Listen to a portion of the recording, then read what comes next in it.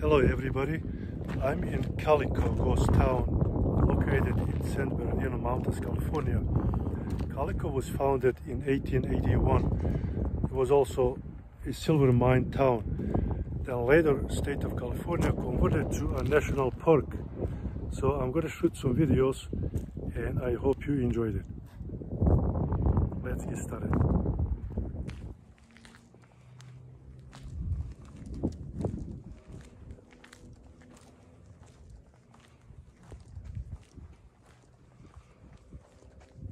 Okay, this is a main street.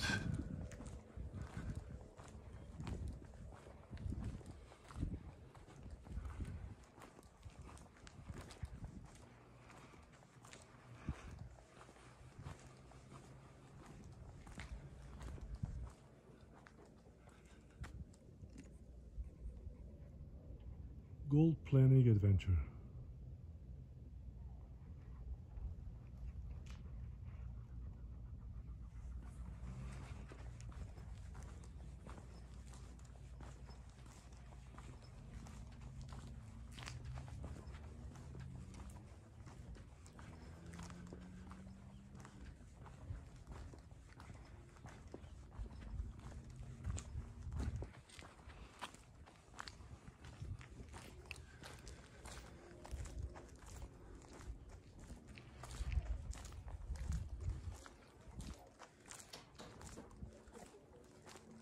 Hey there, you gonna let Pappy crush a penny for you?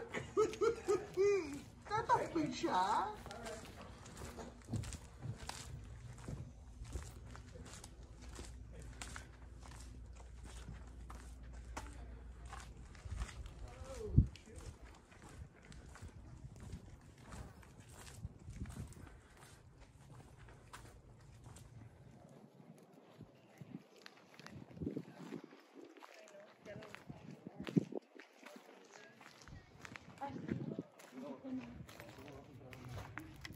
You got a big dinosaur.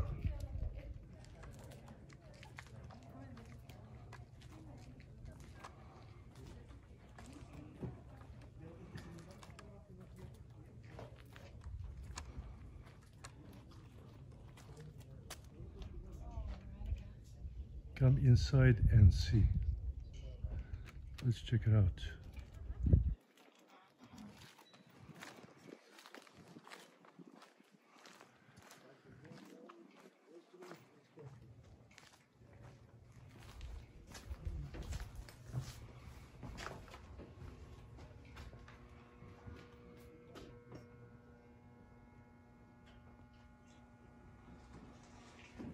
Is this a barber shop or is it a dentist?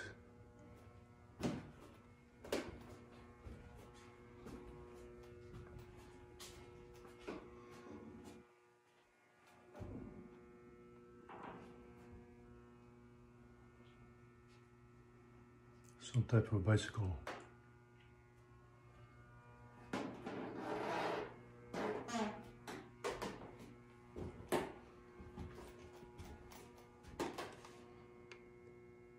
It's probably a bathtub and toilet.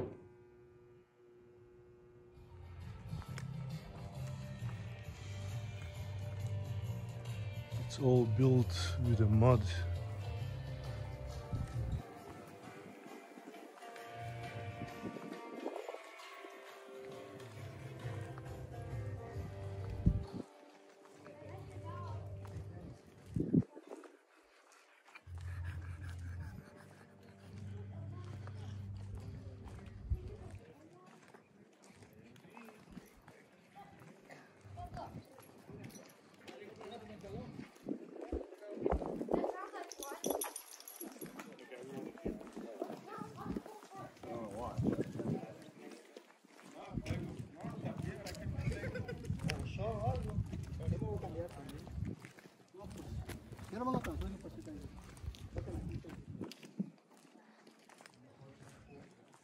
It looks all original.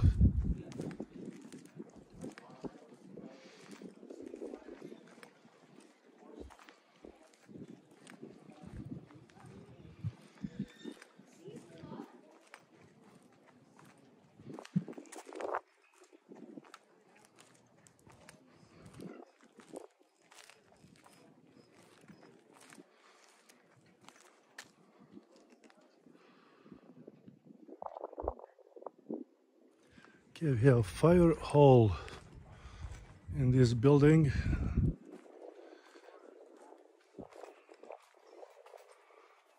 That's the 100 years old probably fire engine.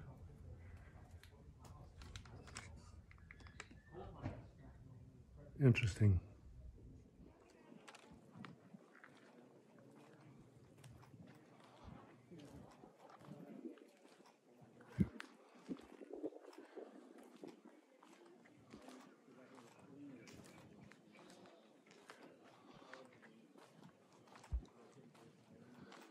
Since this is a Halloween week, that's why you see all this ghosts hanging.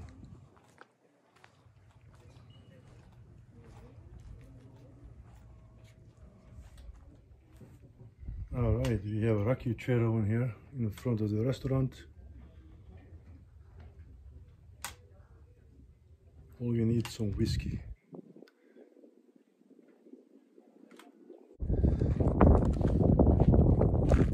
Let's enter the house.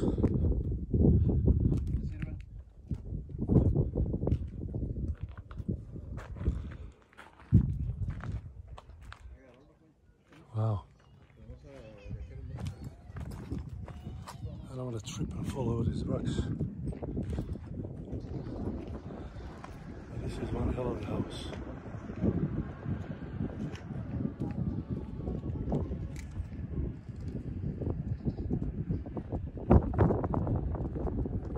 Alright, there's another house built right underneath the rock.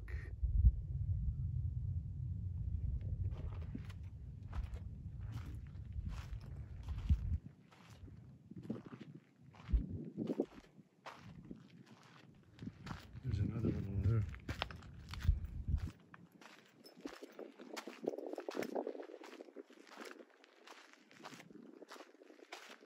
This one is open, you can go inside.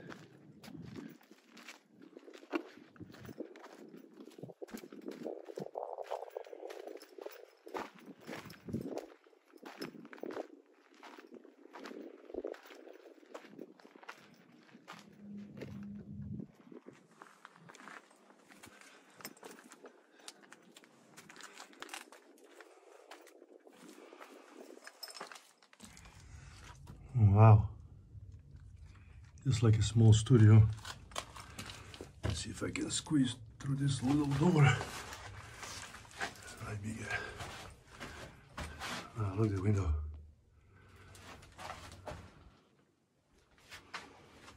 And that's the door. Amazing. See, old cowboys used to live in these houses. Imagine 100 degrees outside. Hey everybody, this is a mine in ghost town Calico where cowboys used to dig for silver. So we're gonna walk about 1,000 feet. It looks amazing. A little bit hot down here. And it's also decorated for Halloween. Look at that scary snake.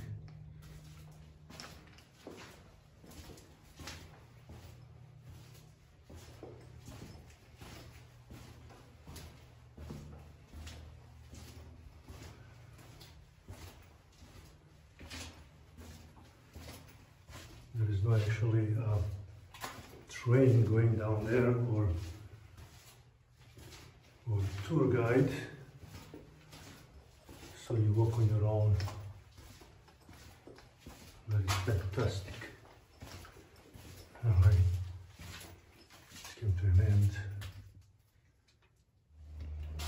Alright, check it out.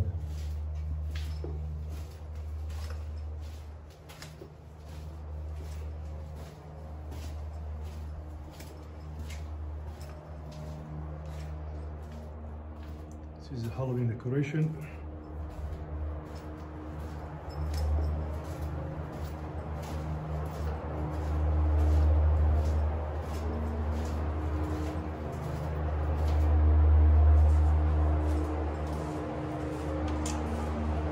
Imagine working here all day for 8-10 hours for $1 a day.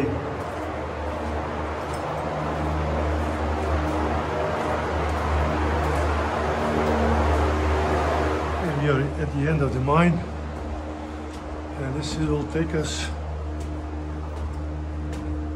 back to daylight.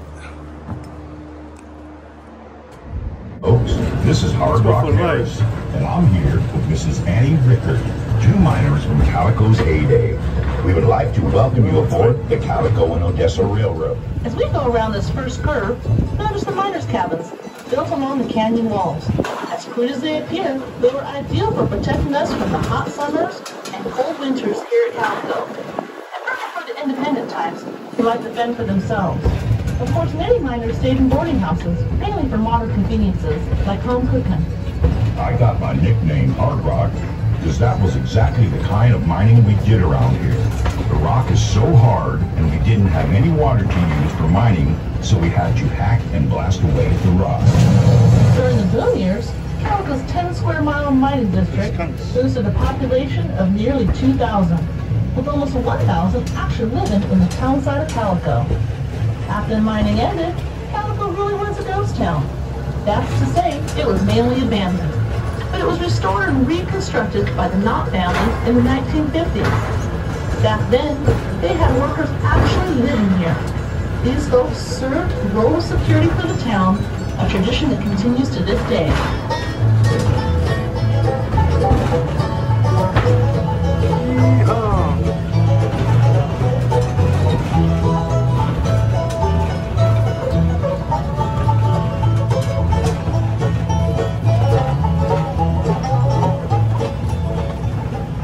Round this next curve, look to the left of the engine and notice the pile of rocks painted white with a white marker on top. This is an example of what a corner monument looked like. We use them on all four corners of our claims to alert everyone that they may be trespassing and to remind claim jumpers to stay away. Remember how the first traces of silver were discovered right on the ground in the spring of 1881, and Calico's silver rush was on. Miners came from all over, including well-known towns such as Virginia City, Bodie, and Tombstone, Arizona. I certainly do, Hard Rock. I had silver fever too. Coming up on the right is one of the original ore cars we miners used. We would push these out of the mine and stockpile our ore until we had a trainload full. Then it was shipped to a processing mill on a narrow gauge train similar to the one you're riding on now. That particular train was called the Waterloo Mine Company Railroad, and the spur would run off of it that would right up Calico's Wall Street Canyon. The closer a railroad could be run to the mines, the better. This large area to the left of the train was where some of the miners lived. There is still one surviving wall out there. It's outlined in white. Beyond the mountain to the northeast was East Calico, where among others the big Bismarck mine was. There was a little community out there with a store and a saloon. The Stacy brothers carried mail the 1.5 miles between Bismarck and Calico, even training their dog Dorsey to do it for them. I remember that. They strapped a saddlebag right on his back so he could carry the mail and packages. As we pause here, take a look at the top of King Mountain, where your engineer is now pointing. Look at the last letter in Calico and run your eyes down about 300 feet and a little to the right, and you should see a mine entrance in the side of the mountain. This is a tunnel for the Silver King Mine, one of the richest and largest mines in the Calico mining district. It produced about $10 million in silver in about 11 years. There were about 30 miles of tunnels on 14 different levels inside that mountain, belonging to several different mines. However, the only mine that is open daily for guests to safely go into themselves is the Maggie Mine. Just below the Silver King, there appears to be just an ordinary pile of rocks. Actually, that is remnants of the Silver King mine itself. Not long ago, that pile of rocks was assayed to contain a few million in silver. I warned that Mr. Tobler about trespassing on my Golconda mine, but he ignored me and showed up again. This time he got grazed by a few bullets I set in his way from my little pistol. He called the law and had me arrested before I could unload my whole gun on him. The jury did not find me guilty, as I was just protecting my property. Well, Annie, glad no one was seriously hurt, except maybe that Mr. Tobler's pride. Now, if y'all look left, This is an ore crusher called an arista. Miners would hitch a horse or mule to that crossbar and have it walk round and round, which caused the steel ball to drag over and crush the ore before it was taken to a processing mill. Of course, by the 1880s, this method was kind of old-fashioned, but it was still a respectable way of making sure every bit of silver was scraped up. We did work hard to get all that silver. Now have a look over to one of my favorite views from Calico. Down there is the Silver Valley, as we called it. Past that old dry lake is a sandy bed of the mahogany rig trains of those days ran off the steam from the water-filled boilers. Another one of our neighboring towns was Borate. It may no longer be visible, but when the boom ended here, some miners got jobs over there as borax miners for the Pacific Coast Borax Company. The Borate and Daggett Railroad was even built right up into Mule Canyon, making for a more efficient operation for the company. It became the last place in California where the famous 20 mule teams were ever used. Now, if you all look over at Main Street, you can see the same view we did as we ventured into town for supplies and relaxation. Of the peace. My favorite place was the town hall, where we had dances and all kinds of entertainment. Those were dandy, huh? Now as we get closer to the train depot, take a look down into the gully to the left of the train. These ruins are from the Chinatown, where almost 40 Chinese lived and worked at Calico during the boom years. Mainly did laundry for the miners and operated a couple of restaurants. Well, folks, we hope you had fun and maybe you learned a few things on our tour today. Please remain seated until the train comes to a complete Come back stop. and join us again. We love having you. Yeah, Yes, that was awesome too. Don't forget to mosey over to the Maggie Mine. I hear there's a great tour over there too.